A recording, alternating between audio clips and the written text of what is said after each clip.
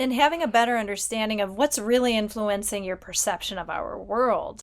Cats are such a good catalyst for this because these little fellas, they're so... Oh, she's just... Oh, you are so cute. Hi, kitty cats. Welcome back to another episode of Tails and Tassels, the show where you learn about the lives of burlesque and nightlife performers, their craft, their cats, and how the two worlds intertwine. I'm your host, Gemma Smith, also known as Gemma Stone when I'm performing burlesque. And by day, I'm a manager at a kitten nursery, and by night, I host the Catbaret, a cat-themed variety show in New York City. Today, we're joined by the amazing Amanda B., and we've got so much for you to take away from this episode. You'll learn how she crafted her mesmerizing stage persona, the secrets behind building a strong and supportive artistic community, and her unique creative process for her podcast, 6 Degrees of Cats. Plus, Amanda shares why cat naps are a game changer and advice for creating content in a crowded digital world. Get ready for an episode full of inspiration and advice. Also, I have some exciting news, everybody. Starting January 2nd, I'm kicking off a brand new format with mini solo episodes featuring my own tips and tricks for cat-loving creatives, alternating with the guest interviews. So make sure to tune in every week for a new episode. Okay, kitty cats, today's special guest is a multi-talented musician, podcast host, producer, and proud cat mom, Amanda B. She rocks both vocals and guitar in the band Leathered and is known as Captain Kitty on her podcast, 6 Degrees of Cats. On the show, Amanda explores fascinating connections between cats and their humans, uncovering heartwarming stories and unique feline facts. Today, we'll dive into her musical journey, her podcast, and of course, meet her beloved cats. Get ready for a fun and furry conversation. Thank you so much for being here, Amanda. I am super delighted, and I'm loving Tails and Tassels. It's been absolutely a joy since day one of meeting you, Gemma, at Catbaret last year, and I'm super pumped that you've joined the podcast world. Thank you, Amanda. Yes, it was such a pleasure meeting you at Catbaret and getting to be a guest on your podcast. But today I'm thrilled to really get to know more all about you. So starting with your musical journey, how did you get started in the music scene and what inspired you to pursue it? All right, I'm holding on to Peanut. She is going bonkers. Okay, Peanut, you're going to be a good girl. Cute. Well, so your question was, what got me into music and how did I start? That's such a great memory lane journey because I've always been a musician. I think I've always loved music. I started out really wanting to be an artist, and visual arts was a big thing for me, but we're practical in West Michigan where I grew up. So I kind of was talked out of, not by my parents, but just the vibe was like, yeah, it's not a practical career. Mm-hmm. So, but I studied classical guitar a bit as a teenager. And cool. Then but I really didn't become a rock and roll musician until I cut my teeth on using my electric guitar when I lived in Japan. So I actually moved there right out of university and lived in Eastern Japan for about 5 years. And there I just fell into a group of wonderful people who just love to jam and meet up for late night sessions. And I just kind of developed myself as a guitarist and as a singer through just jamming and rocking out. And that also really helped me pick up the language because, I didn't speak any Japanese. I was going to ask that. None. I'm not ethnically Japanese. I'm actually Korean, and I wasn't raised speaking any of the language. But, people there thought I was. And when you have a passion and you find a common language outside of verbal spoken English or whatever your native tongue is, you will find a way to communicate. And that was just such a beautiful, glorious connective tissue. I carried that through when I moved back to the States, was hired into a role that brought me to New York City, which wasn't really in my sightlines. But immediately, I started a band through Craigslist, which I still think is great. I mean, Craigslist, it got me my first apartment. I got hired to my first happy job in New York through Craigslist. I found my first roommate through Craigslist. And you've had good luck.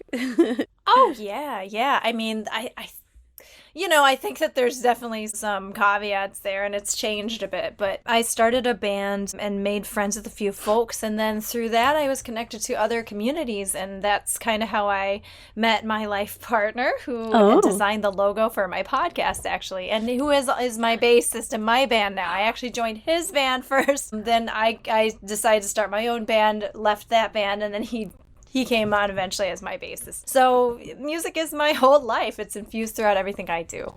Oh, that is so inspiring to hear. I love the fact that you moved to a foreign country where you didn't know anyone, and then you decided to really throw yourself into a new passion. And you're right, because if you found something you're passionate about and you can play music together, you're going to, of course, learn the language as well, but you don't need to know the same language to play music either, which is really cool. Just side note, my older brother lived in Germany for a while, and he joined like a traditional German music band, and he didn't speak German, and everyone else did. So he played like the French horn. So it's a very different vibe, not as, rock, but an interesting story.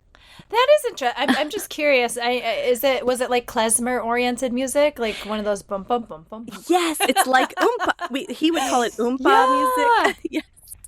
Isn't that music influenced certain genres in Mexican music? Like there's a reason it all kind of sounds like polka, or some of those rhythms do. I mean, music really does connect cultures, connects people across disparate lived experiences. It's just a wonderful thing, isn't it? Yes, and it brought you and your partner together, and now you're in his band, he's in your band, he did your logo. Yeah. So it did a lot of positive things for you. And I'd love to hear about your persona when you're on stage. Do you have a stage persona, and how would you describe your style, both vocals and guitars? Well, let me self-introduce because this is a perfect segue into what brings us here together. So I am at 6 Degrees of Cats for the podcast on Instagram, and I'm also the band is at Leathered Forever for Instagram. But for my public presence, my handle is at Catsuit Band. Ooh. And I'm wearing a cat suit, which I think kind of like is the style that I wear. It's interesting. I was talking to some music friends, and I think I have a pretty, quirky, goofy stage presence, but my friends was like, no, it's very sexy. And I was like, wait, what? And that's an interesting thing that, when you're a woman, your sexuality and gender is always racialized as well. Specific to mine, there's a lot of stuff that I carry onto that stage. So, I've really had to kind of come to an understanding of myself on who and how I'm presenting myself as. I love any person expressing themselves authentically, how they want to present their body, how they are commanding that stage and that presence. There's been a lot of dialogue in the world across history about how women should or shouldn't present themselves, how their sexuality plays into their onstage personas. And it can either be empowering or it can be kind of disempowering depending on the context within which it's being, presented and the audience receiving it, et cetera, et cetera. So my initial response sometimes was like, that's interesting feedback, because I don't, in Amanda Land inside of my head, I'm not sexy. I'm this goofy, quirky, funny person. But of course, when I'm wearing a cat suit, it's very form-fitting. It's signaling a certain type of space that you're wearing it in. Just like you as a burlesque performer, of course, my appearance factors into my performance. I'm going to wear, sometimes I'll want to go more punk. Sometimes I'm feeling a little tougher. Sometimes I'm feeling more like I want to be able to move around on the stage. It's also hot. I'm not going to wear as many layers or clothes. So that's my persona. I will say, tying to our favorite animal, I definitely feel like there's some like very feline movements that I'm inspired by. I try to, as a guitarist, you're told to stay relaxed so you don't hurt your wrist. You're not forcing positions, and I always kind of take inspiration from my cats. Just be loose, relax, just inhabit your body, move across the stage as you feel comfortable. So that hopefully answers your question about my stage persona. It absolutely does. And I had a thought while you were saying, which is a really good point, of how everyone should be authentic to their art and how they want to express themselves. But sometimes people are hypersexualized in a way that's not intended. And also sometimes people do find others, like musicians or artists, very sexy when they're just doing their art and they're confident and they're doing something maybe that, like, I've never sang punk music or rock music, or my husband's a guitarist. I don't play guitar. So I find that very cool that you're up there, talented, skilled, and you're also wearing a cat suit and like feeling empowered. So it's just interesting, to think about like your intention and the way you feel on stage and how sometimes others perceive us differently than we realize. Absolutely. Yeah. Thank you for validating that. And I just wanted to reflect back to you. What I find so empowering based on our conversation when you're a guest on my podcast, I'm so excited to produce those episodes, is how burlesque really does very intentionally, thoughtfully, and I think sensitively address those dynamics and subvert them, which I find is the key to empowerment. It's when you are 100% engaged in and driving that conversation. It's disempowering when somebody else is putting that on you, or you're being placed into or restricted or contained into something that you haven't yourself chosen. And I think those are, honestly, for performance in general, and, as Shakespeare said, life's a stage. We're all performing our appearance, our gender, our race. We're all grappling with those narratives that are put on us or that we are aware of and that we are exploiting for what hopefully will benefit us. That's all such a meta thing that I think art helps us sublimate. Yes, I agree with you. With burlesque, it's kind of like the power is in the artist's hands. And what's important is feeling like you're in a safe space, any kind of event, whether it's a concert, a burlesque show. I think it's really important for who's ever hosting. I know there's so many great events here in New York at House of Yes. It's all about consent, respecting the artist, do not touch anyone without consent. And so I think it's all about like creating a safe space for artists too. Have you experienced that at your shows? Do you feel like there's a real camaraderie and respect between artist and audience? Well, along with our favorite other C word, kitty cat. Well, that's okay, Casey. Community is key. Community conversation and communication and consent. All the good words start with C. And there's probably bad ones too that you're listening. But absolutely. I think one of the things that any new musician, looking for places to perform encounters is that you are in New York City, any large market, entering such a hugely diverse world of so many incredibly talented people. I don't see it as competition, but what you should do, and this is advice to any listeners who are looking to explore a new art form, is invest in community. Think about, say, when you've worked really hard on building something and somebody else new comes and says, I can do it better and I know everything about it. That's not going to be as well received as somebody saying, hey, I'm coming in, I have something to share, I would like to appreciate and support you. I think you, Gemma, exemplify that spirit. You too. Absolutely. I do my best. I mean, it's understandable that people are like, hey, this is my lane. I'm going to dedicate to it. You have the right to feel protective about your space and your community. And I think there are important guardrails and boundaries. I don't think that's gatekeeping. I think that, coming back to your word, is safety. But as I grew myself as a musician and played out more, I found and met people who had values that I shared. And I've grown to kind of set myself some ground rules. The difference between an ultimatum and a boundary is that I'm setting a boundary for myself. I know what my behaviors will be if a line is crossed. I'm not going to impose that on others, but I know what spaces I'm going to go in. And if they meet my needs, then I'm going to stay in them. If not, I'm cool. I'm happy to excuse myself out the door, wishing everybody well. And so one of those certainly has been, and this is again a community thing, because I can't build community if they don't have shared values with me, is I am never going to accept a bill where I'm the only woman on the bill. I'm never going to be accepting a bill where I am the only woman opening the show. I'm not going to be accepting a bill if I'm the only person of color. Because, well, my husband is Filipino American, and I've had so many weird experiences where it's like I'm responsible not only for myself, but for my band. I would never put knowingly myself or my bandmates in harm's way.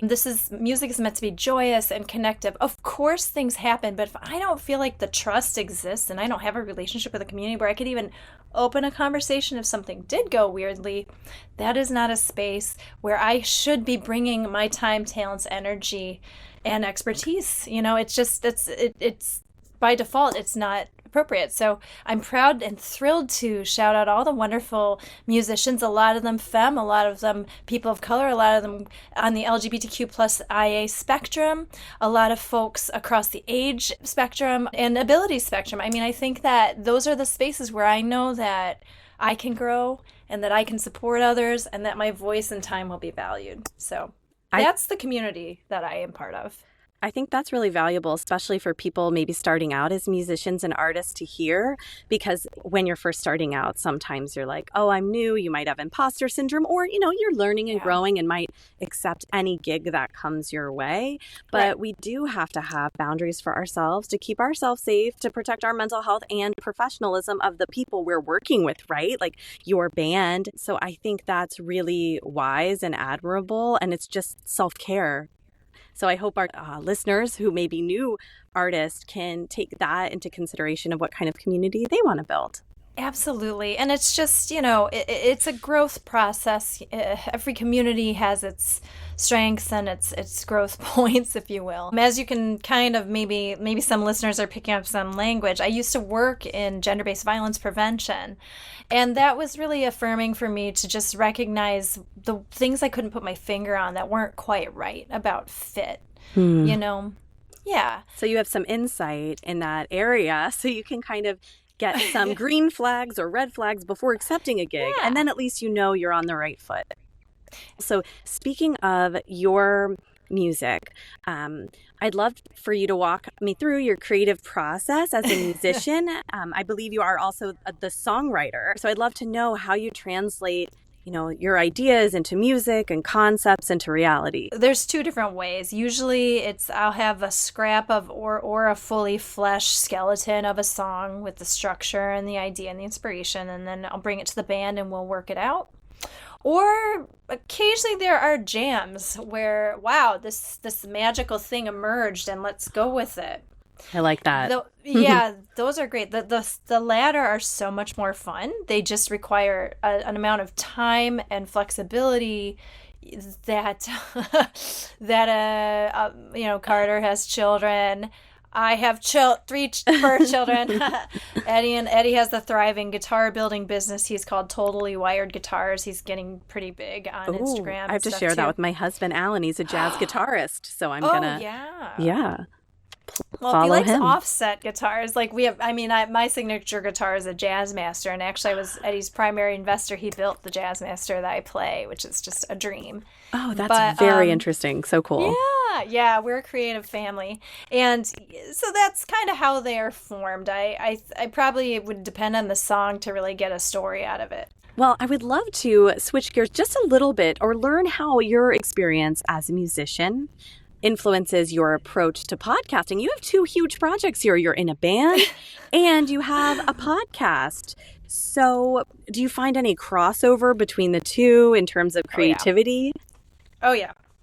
Absolutely. I love that question. Well, 6 Degrees of Cats, my cat-themed culture, history, and science podcast, is entirely end-to-end, full cycle produced by me. I do all the writing. I'm the host. I do all the sound design. I do the audio engineering. I market it. It's the whole thing. So that is like Athena burst out of my cranium, fully formed, really. I think when people listen, and I think yourself included, people really comment and respond to the sound design. I'm growing myself there. There's just things that drive you bonkers when it comes to timeline-based tools. I know you can empathize with this, where you're like, oh, I need to perfect this thing, but it's taking so much time. I just need to get the thing out. Yes, I relate to that. Oh my God. I mean, and that's kind of like what it's like as a musician too. You really at some point have to be like, chef, step away. This is Yes. how it's going to be. I like to say sometimes perfect is the enemy of good, because if we try Oh to yeah. get something to be perfect, it's never going to get out there. And sometimes you just need to put things out there, and that's good. Yeah. Absolutely. Maybe we can say perfect might look and sound different than what you originally thought it did. Yes, that's good too.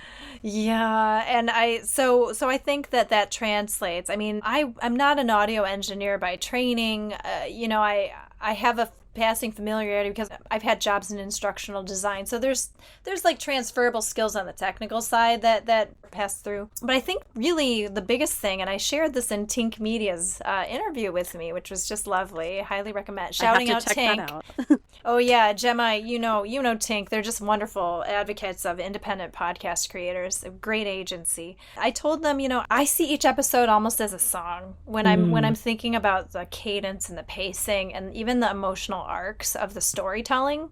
Because my podcast isn't like yours. It's not a discussion podcast where there's that natural ebb and flow and that balance there. What you're doing as a narrative designer when you're telling a story is, and I mean, writers can probably correct me on this, but there's always this flow. There's a symmetry in that you have to balance out too. And an energy to maintain throughout. And with a song, it's kind of similar, although 3 minutes is very different than 30 minutes. So I'm just trying to think, how do I want people to experience this? For me, it's all about the feelings, how do I want people to be listening and to engaging with it? And how does that inform my sound design? I've listened to your podcast, and I can just tell the amount of you're taking these interviews with so many amazing guests like the Trap King, Sterling Davis, Jackson him. Galaxy, so many people in the cat world that if you're a cat person, you follow these people on Instagram, they're doing good work. And you're interviewing folks and then creating a narrative, or you already have questions planned. Can you share a little bit about that process of when you have like a concept? Like one of your episodes was about, I think, Valentine's Day. Oh, Like do you come up with a concept, and then do you think about who you want to interview and what you want to learn? And you said how you want the audience to feel. I knew exactly what I wanted to sound like because I'm a pretty avid podcast listener. It's kind of NPR-y, and I mean, they kind of set the structure of a narrative, nonfiction, investigative. I can't claim the journalist title in the sense that I'm not holding myself to the journalistic standards of reporting. I have a very clear agenda. I have a clear bias. I have a clear thesis statement. But I do hold myself accountable to being very evidence informed. I actually used to work in clinical research, and one of my, I think, passions through this project is getting people to think more critically about their assumptions and having a better understanding of what's really influencing your perception of our world.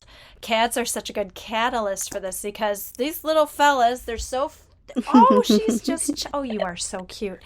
They're just being cats. They're just catting. And we put so much crap on them across history and time. We've come to rely on them despite the fact that we don't really have a common language. I mean, there are definitely like researchers such as my season 1 guest, Dr. Kristen Vitale, who's doing amazing work to finally build up an actual data set of research for cat communication and cognition.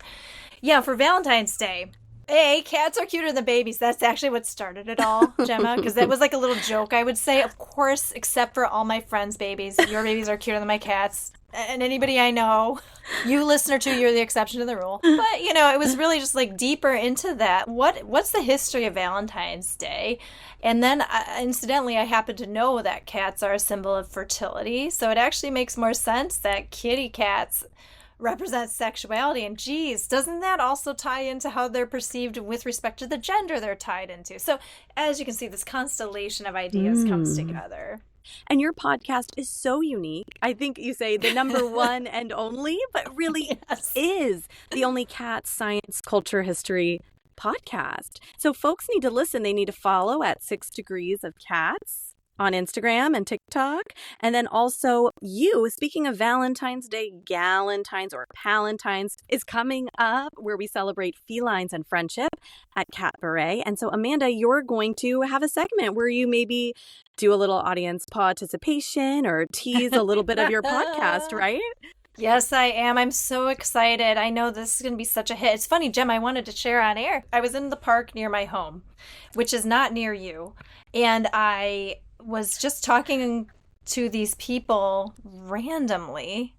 And literally, they were just people we ran into, and I think they saw that I had a picture of my cat on my phone. That's being Yes. And Got he's similar. one of the co-executive producers. And they were like, oh, I heard that there's this really great Halloween cat event. You need to come. And guess the heck what, Gemma? When we got Instas, it was yours. Oh, that's amazing. That makes me so excited. Yeah. You are really just an incredible community leader for this stuff. So I was proud to say, oh, I know the organizer, and I'm going to be at the Valentine's Day one. You should definitely come to that one. But yeah, I'm really excited because we're going to have just a little audience work, and if you're lucky and or consenting, you might have your voice on the podcast for one of those segments. How exciting is that? So listeners, if you're in New York City, you can come. If not, we'll have live stream tickets. And either way, you're going to follow and listen to 6 Degrees of Cats. Oh, thank you so much, Gemma. Now, I want to know all about your actual cats. You've got a few there. We've kind of seen one of them. Can you share their names? How did they come into your lives? Oh my gosh. Thank you so much for asking after my co-executive producers. It's kind of a running joke because if you check out the podcast, you can hear those are their actual voices when you hear a cat sound for the most part. Discerning ears will start to be able to tell who's who as well. I love them so much. So this is Binky. This is Binky, handsome little silver tabby. Very handsome. He is 14 years young. He was adopted from what was known as the Broadway Animal Clinic, but then has been bought up by one of those chains. They did have this like giant cage kind of near the window where kittens would be playing, which got them adopted quickly. I will say that. I felt bad for the kitties, but they seemed okay. So Binky was playing in there.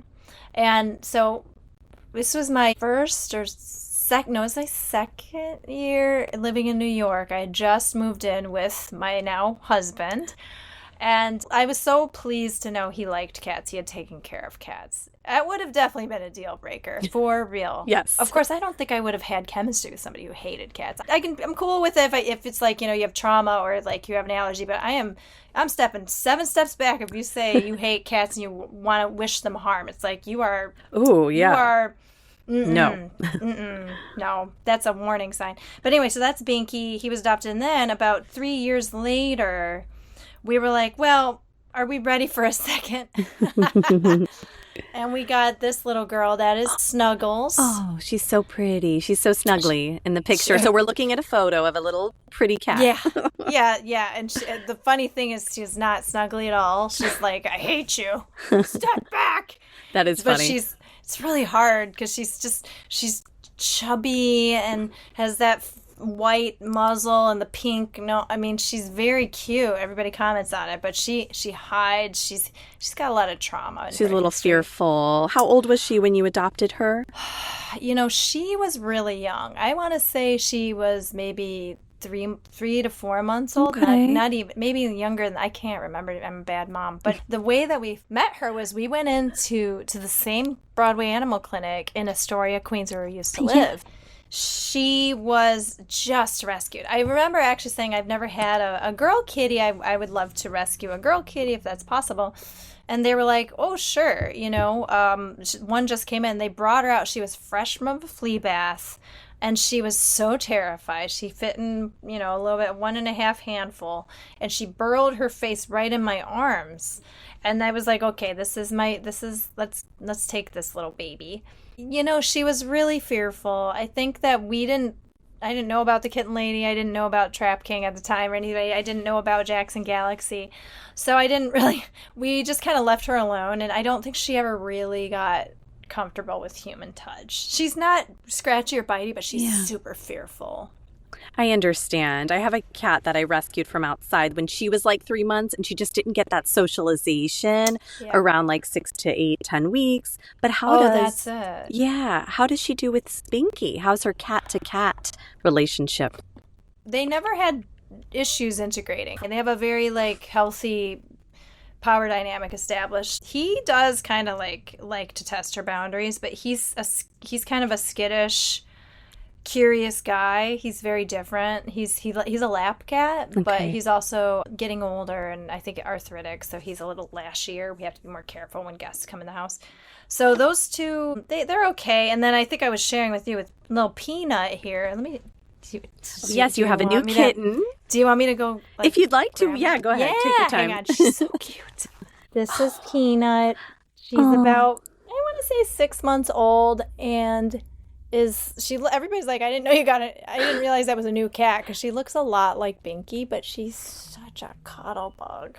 Thank you, Peanut. And she was rescued in Jersey City by my brother-in-law, who could not get permission to keep her. And my husband fell in love with her when he was visiting Peanut. Then they had to go away, so I was still going to be cat sitting her. And, of course, I fell in love with her. Of course.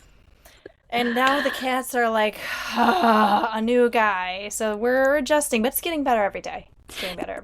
Yeah. So what was that like initially? So she's 6 months now. I know she was a bit younger when she came to you. Are they fully like integrated? Like they're all in the same rooms and no hissing, or how's that going now? There's hissing, they're swatting. It's kind of her fault. She's a kitten. She like really loves to test Binky. Snuggles, not so much. This is actually something where I should call upon my expert, like Jennifer Vandekeef, who was on season 1, who's a cat behaviorist.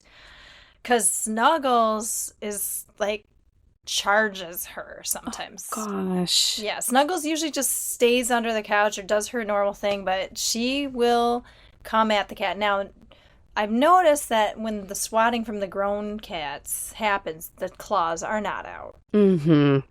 But it terrifies Peanut when she gets charged. So, we're still navigating that. We've tried to follow all the best practices to give them separate stuff. Yes. It's a hard thing. You can follow all the best practices and it's still like almost a daily part-time job to do all the things. And she's learning her boundaries, it sounds like. So maybe just little by little, day by day, they'll accept it. Thank you. Yeah, the other thing I need to clarify with any potential listeners here is that I'm not a cat behavioral expert myself. So sometimes I've gotten a couple emails from listeners saying like, hey, can you give me advice? And I'm like, I would love to, but I don't actually possess that knowledge. I will recommend these experts. They're very accessible, and then here's some resources. But I can't get that reputation as like a clearinghouse for that because that's just not my lane.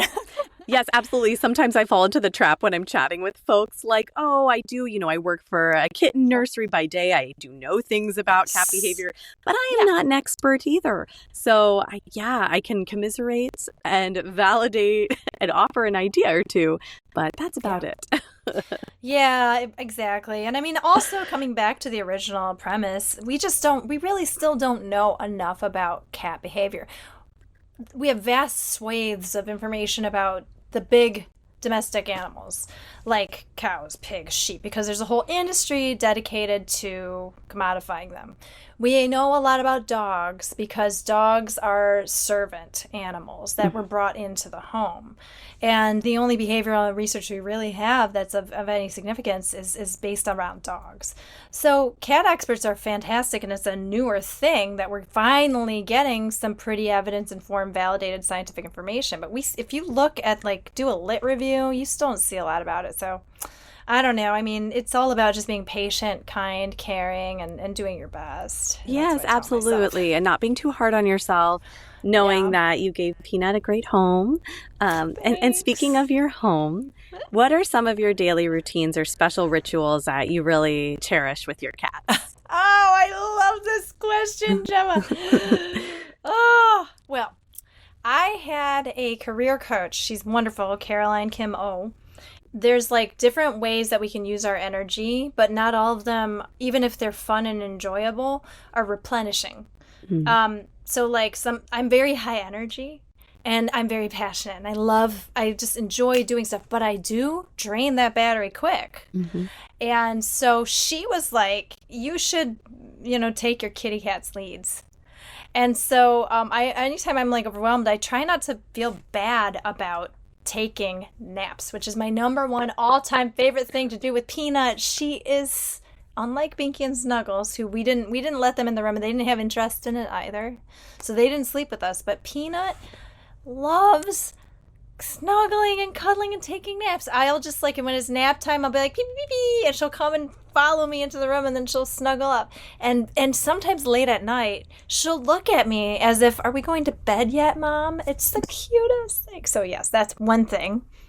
The second thing is, well, everybody who loves kitties has a little song time.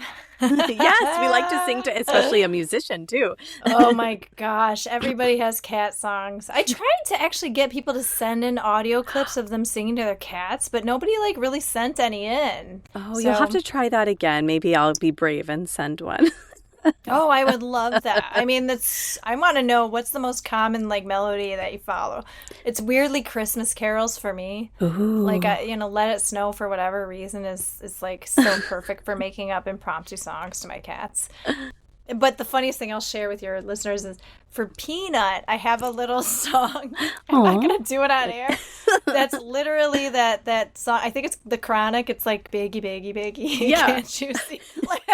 I remember that. I'm of that time.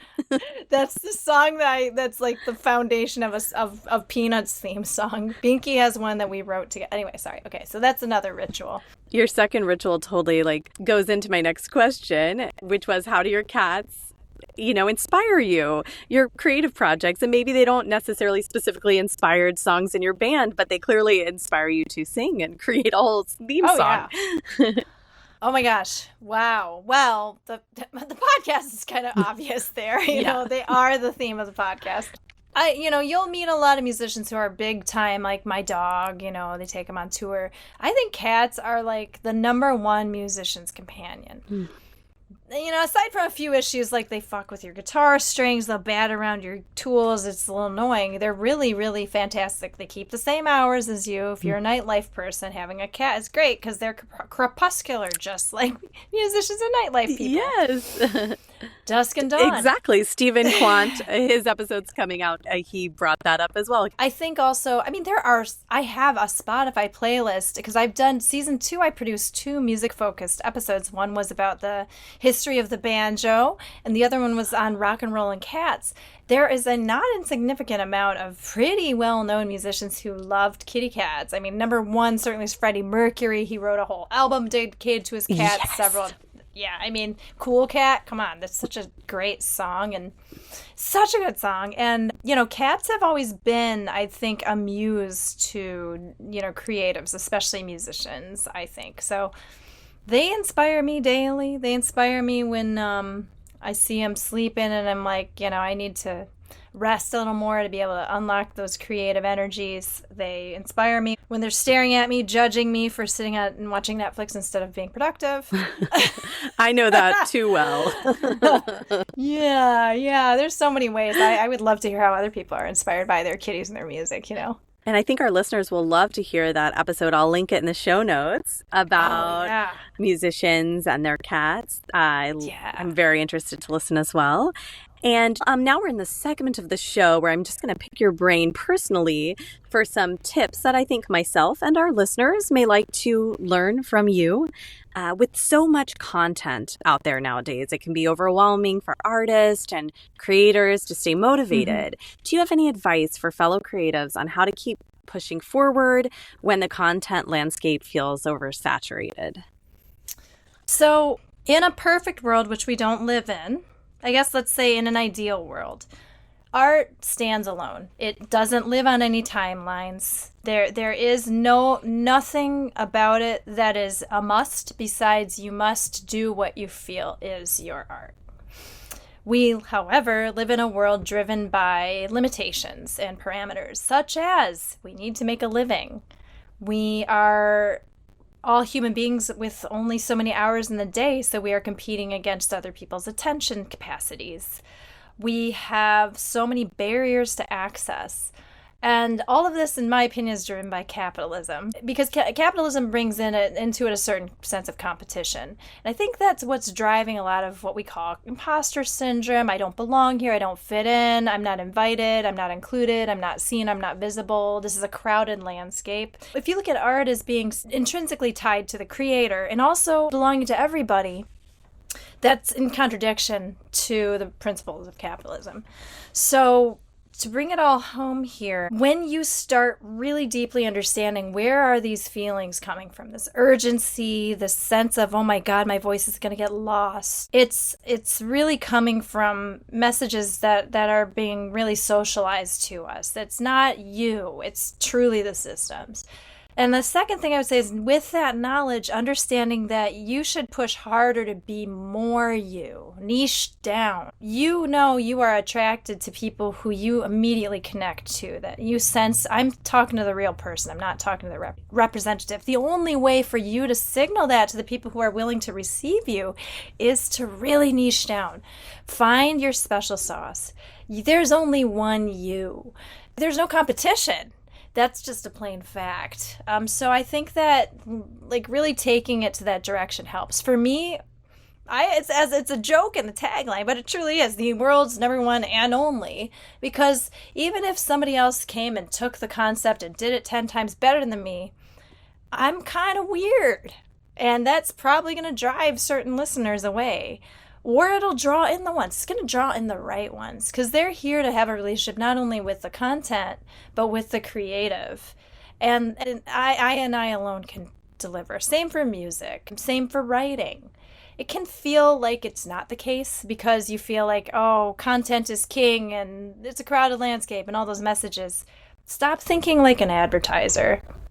Divorce yourself from those systems and your creative. Keep that side of yourself full of joy and replenishment, and every single disappointment will feel like a success.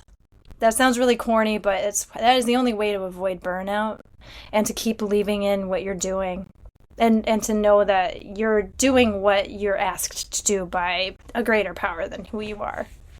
This really resonates, Amanda. Thank you so much for sharing. I hope our listeners who are fellow creatives or people who appreciate the creative process and art are listening to this. And, it resonates, because sometimes I think I'm a little weird too. And it's a very, sometimes we're doing things and we're scared somebody might not like this. But if we please everybody, we're not really finding our real audience or really making a statement or really being true to ourselves, because not everyone's for everything. We have to be, like you said, niche down. So I think that's very valuable.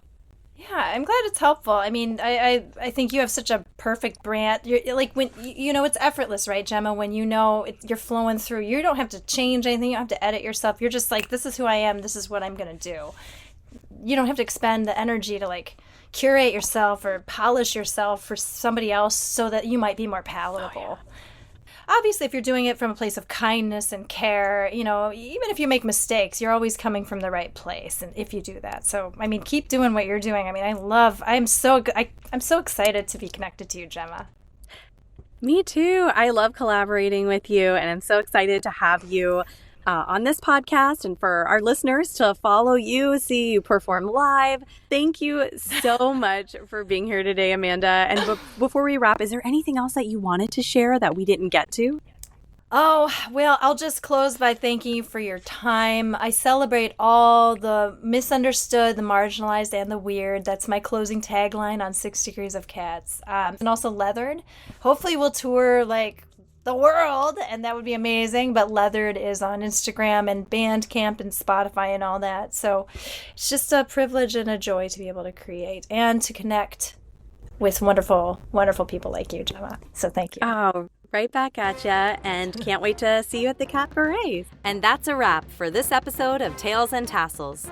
So if you have any questions, comments, or just want to say meow, feel free to send us an email at tailsandtasselspod@gmail.com. Thank you for listening, and don't forget to subscribe, rate, and review our podcast. Also, join our community on Instagram at Tails and Tassels Pod for more updates and behind-the-scenes fun. See you next time, kitty cats.